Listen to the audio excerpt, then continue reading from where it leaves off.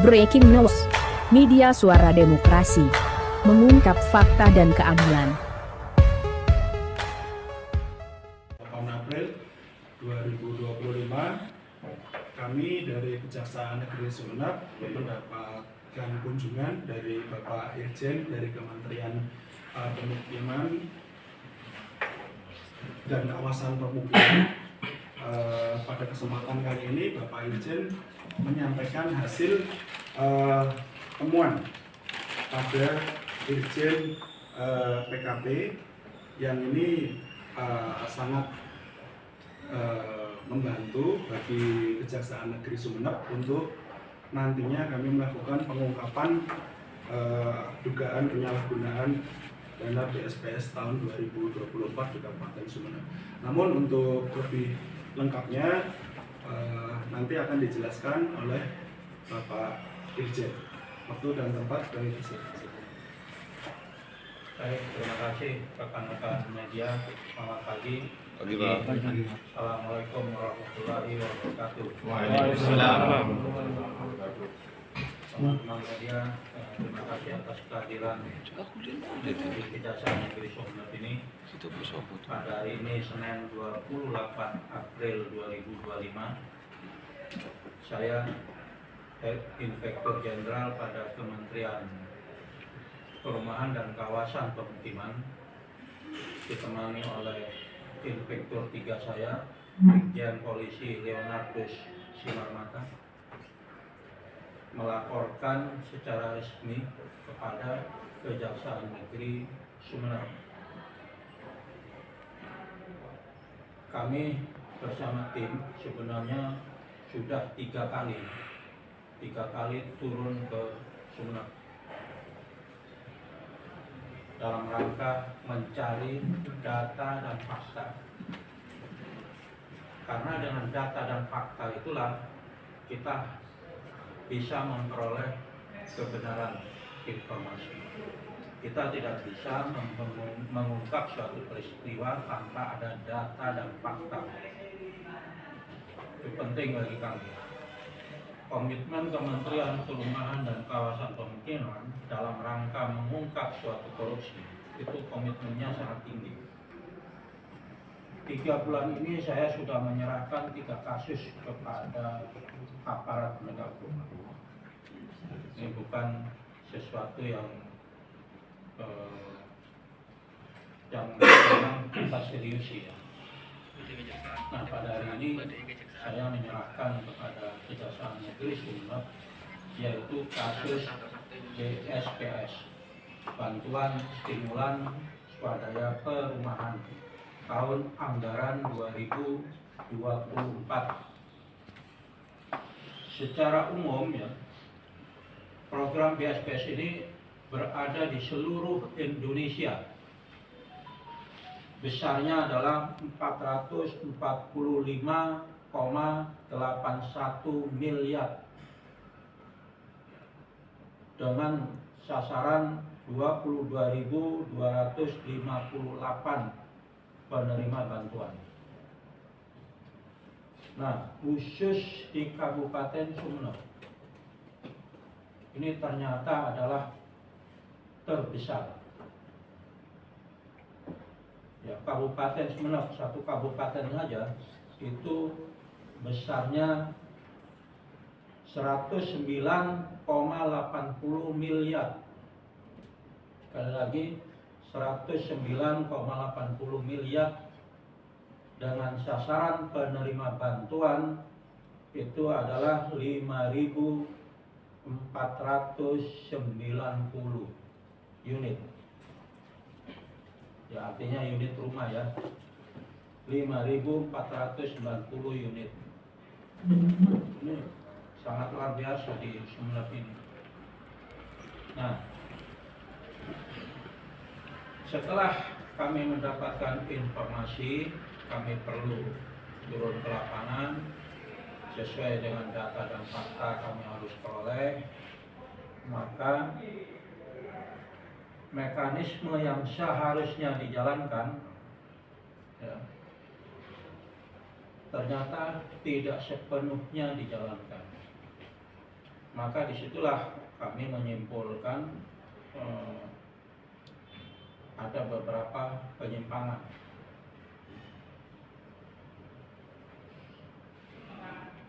Ini penyimpangan secara sampel aja ya. Dari 24 kecamatan kami sudah sampling 13 kecamatan di Kabupaten Sumeneb. Nah, bentuknya apa aja? Ya, bentuk penyimpangannya. Yang pertama, ada satu kakak dapat semua. Seharusnya satu kakak itu satu. Dan itu betul-betul orang yang tidak mampu. Tapi kenapa kita temukan dapat semua? Kemudian ada upah kerja ya, yang belum dibayarkan. Padahal jelas-jelas uang itu ada di rekening penerima bantuan. Jadi pemerintah BPK itu menyalurkan semua uang langsung kepada rekening penerima bantuan. Jadi penerima bantuan ini suruh buka rekening. Tapi saya di Pulau Kangean kemarin itu saya temukan di beberapa tempat itu ternyata slip sudah disodorkan, slip penarikan kosong dan suruh tanda tangan. Nah, dengan maksud ya tanpa sepengetahuan yang penerima bantuan bisa dicairkan tuh di bank. Kemudian yang tadi ini mengenai upah kerja itu, yang seharusnya upah kerja itu langsung diserahkan kepada penerima bantuan itu 2,5 juta. Nah, jumlah uang yang ada di penerima bantuan itu kan totalnya di 20 juta. Nah, 2,5 juta itu langsung dipotong untuk upah kerja. Tapi kenyataannya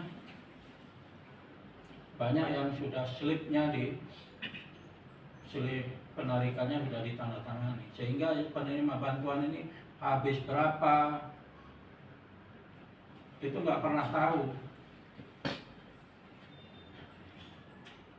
Kemudian ada juga berdasarkan dokumen yang kami dapat itu terdapat penulisan nota bahan bangunan yang item-itemnya sama.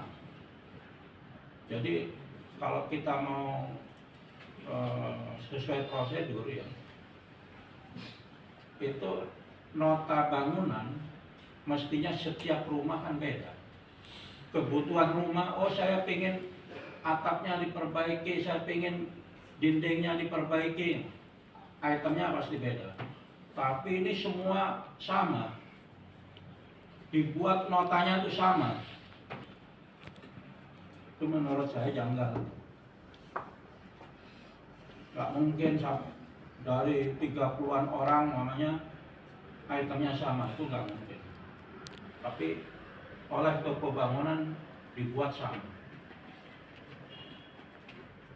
Dan kita cek, ternyata yang diterima bukan sesuai dengan nota.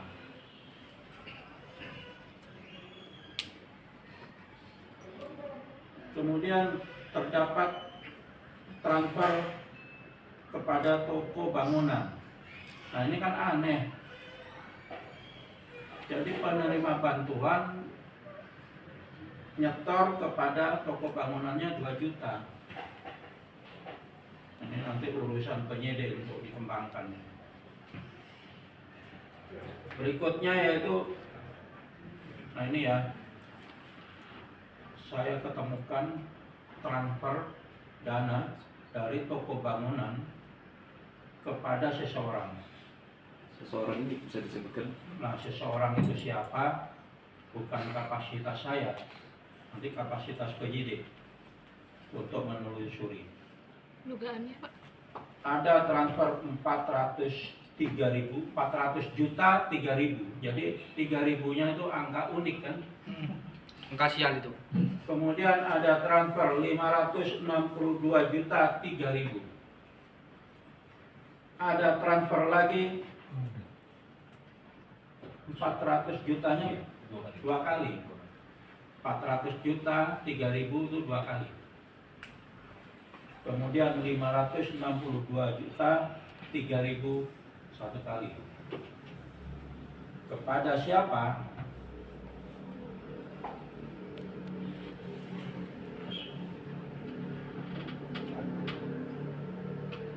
Kalau menyebut nama tolong diinisial. Iya, inisial. Siap, Pak. Ini praduga tidak bersalah. Siap. Kemudian berikutnya, terdapat penerima bantuan yang memiliki kewaspadaan tinggi sehingga terindikasi tidak tepat sasaran. Umpamanya dibangunnya itu di belakang dan itu orangnya mampu. Ada fotonya tuh. Bangunannya bagus. Ya, kita bisa melihat dari bentuk rumahnya saja ya, ini orang mampu apa tidak mampu. Nah, tapi ini masuk dalam daftar penerima bantuan. Setelah kita cek, itu ternyata yang belakangnya yang dibangun. Itu bentuk rumahnya sudah bagus, itu ada di layar.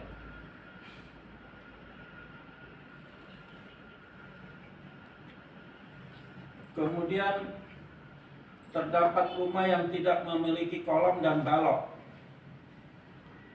Jadi hanya tumpukan batako itu ya. Kalau rumah tidak ada baloknya gimana kekuatannya? Padahal sesuai dengan aturannya kan semua rumah harus ada kolom dan baloknya. Kemudian juga terdapat bangunan yang tidak sesuai dengan verifikasi awal atas nama Suhrani. Ini gimana Pak? Yang Suhrani? Verifikasinya di lokasi A, dibangunnya di lokasi B. Sesuai dengan proposalnya, ya seharusnya rumahnya ini, tapi dibangunnya di sini, nah, di tempat lain.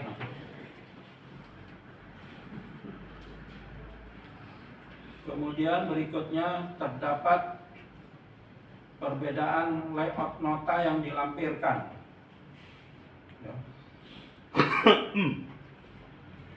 Nah, di situ ada ya nota. Nota itu sesuai dengan kebutuhan penerima bantuan ini apa saja. Nah, itu sebelah kanan.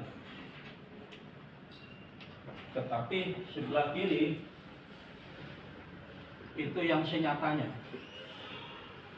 Senyatanya hanya habis 5 juta sekian itu bahannya.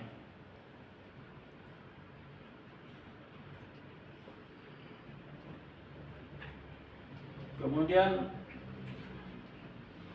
tadi sama, terdapat rumah yang tidak memiliki kolom ya.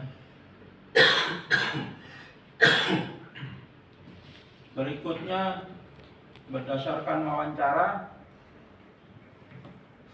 kepada pemilik toko ya, pihak pemberi daftar kebutuhan bahan bangunan atau DRPB ini kepala desa. Seharusnya penerima bantuan ini butuhnya apa sih? Butuhnya saya ini butuh apa aja Pak, tolong perbaiki ini, kan gitu. Dan pembayaran ke toko dilakukan secara tunai oleh kepala desa, bukan transfer. Kan aneh. Uang di rekening PB, tapi PB-nya ini suruh tanda tangan kosongan, tidak ada nominalnya. Nah, siapa ini yang mencairkan? Nah, ini nanti urusan penyidik. Tapi diperoleh fakta bahwa ternyata justru kepala desanya yang bayar kepada Koko. Berarti kepala desa ini. Kemudian terdapat penerima BSPS ini menggunakan atau memperbaiki di belakang rumah. Tadi sama dengan yang awal ya. Sedangkan bagian depannya masih layak huni.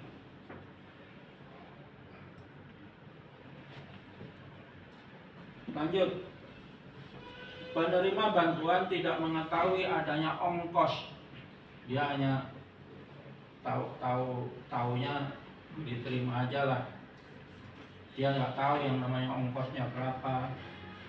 Dan ini saya ketemukan, ini saya sendiri ya. Saya sendiri ke lokasi ini. Itu ternyata dikoordinir oleh, diborongkan ya, oleh koordinator lapangan. Jadi komponennya itu ada koordinator lapangan, ada fasilitator, ada tenaga ahli. Nah, tenaga ahli itu yang menghitung rapnya berapa, itu tenaga ahli. Tapi ini sepenuhnya di Sumeneb nggak jalan.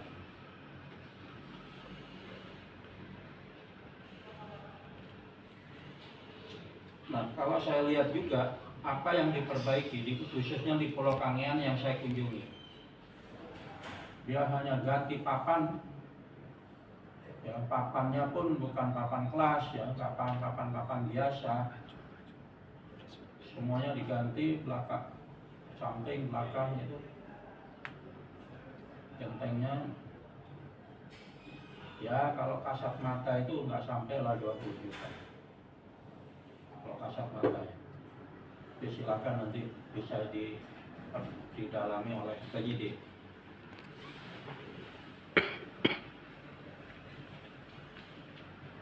Kemudian ada juga penerima bantuan itu ya, melakukan penggantian kayu reng ya, di atap gentengnya itu, gordeng, kawan jendela. Tetapi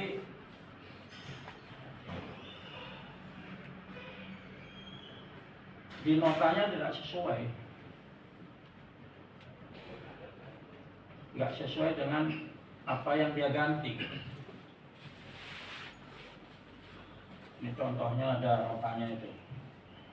Ini notanya ada, tapi nggak sesuai dengan, menurut penerima bantuan nggak sesuai pada dengan nota itu yang diketemukan itu.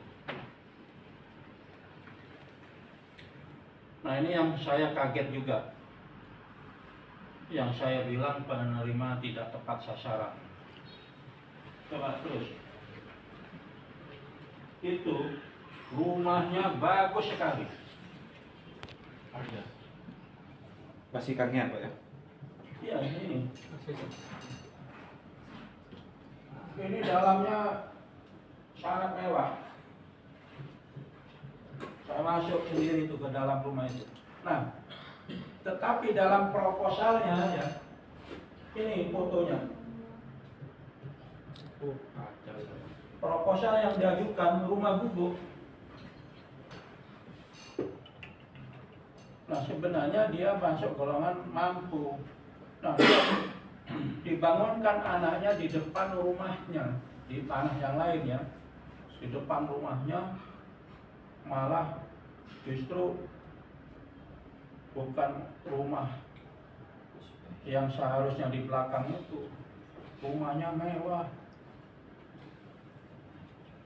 sampai kita masuk ke dalam kamar itu, wah kasurnya aja kasur mewah juga. Dan saya lebih kaget lagi, ada colokan 3 HP. Wah. Ini memangnya orang mampu apa tidak mampu coba? Saya wawancari langsung, saya videonya semua ada ya. Dalam bentuk video saya rekam langsung ada. Jadi apa yang saya temukan bisa saya pertanggungjawabkan. Video dari ucapan langsung dari yang bersangkutan.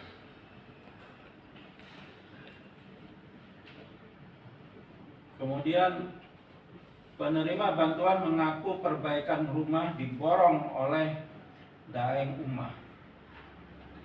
Diborongkan. Jadi Daeng Umah ini memborong beberapa rumah. Dan tidak diinformasikan kepada penerima berapa jumlahnya, ongkosnya itu. Ya pokoknya terima jadi gitu. Terus penerima bantuan mengaku perbaikan rumah diborong. Ini sudah. Terakhir, lokasi pembangunan tidak sesuai dengan verifikasi. Awalnya rumah tidak sesuai verifikasi ya.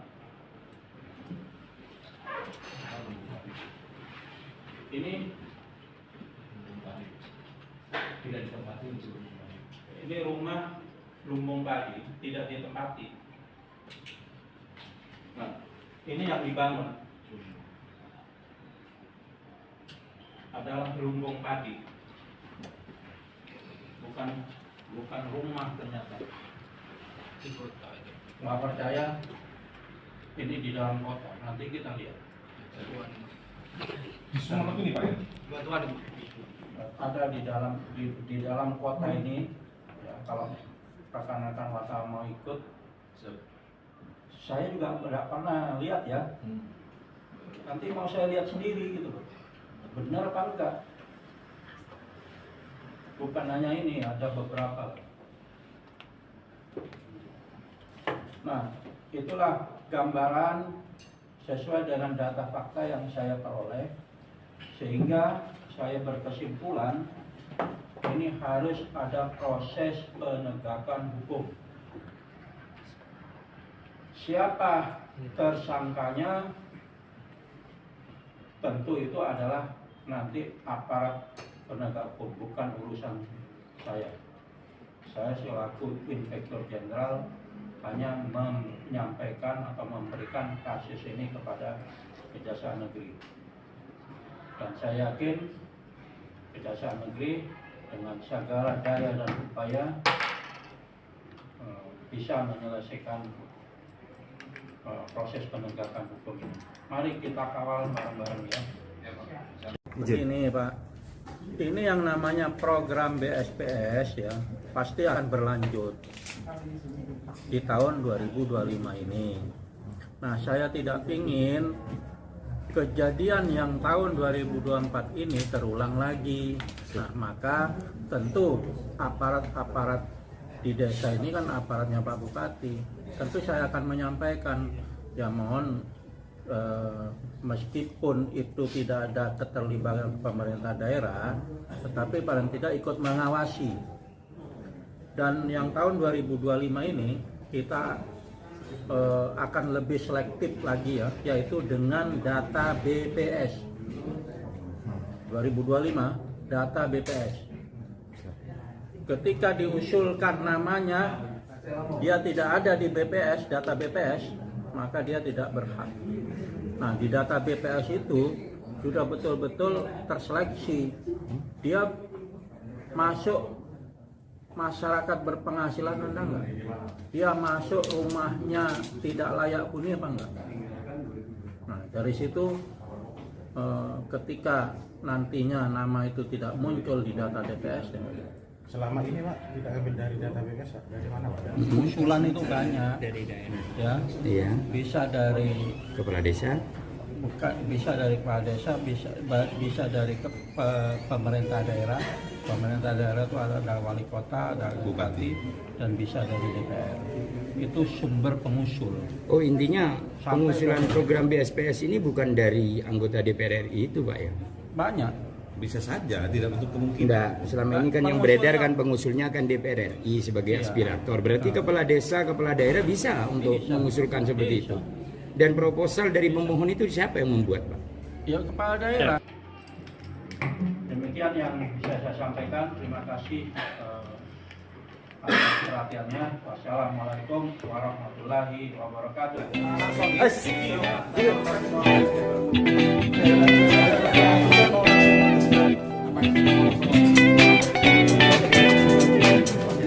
Pak Kajari ada komunikasi dengan Kajati Jati Pak terkait ini Pak. Ada komunikasi Pak ya? Siap. Terima kasih telah menonton channel Suara Demokrasi. Jangan lupa tekan subscribe, like, and share ya.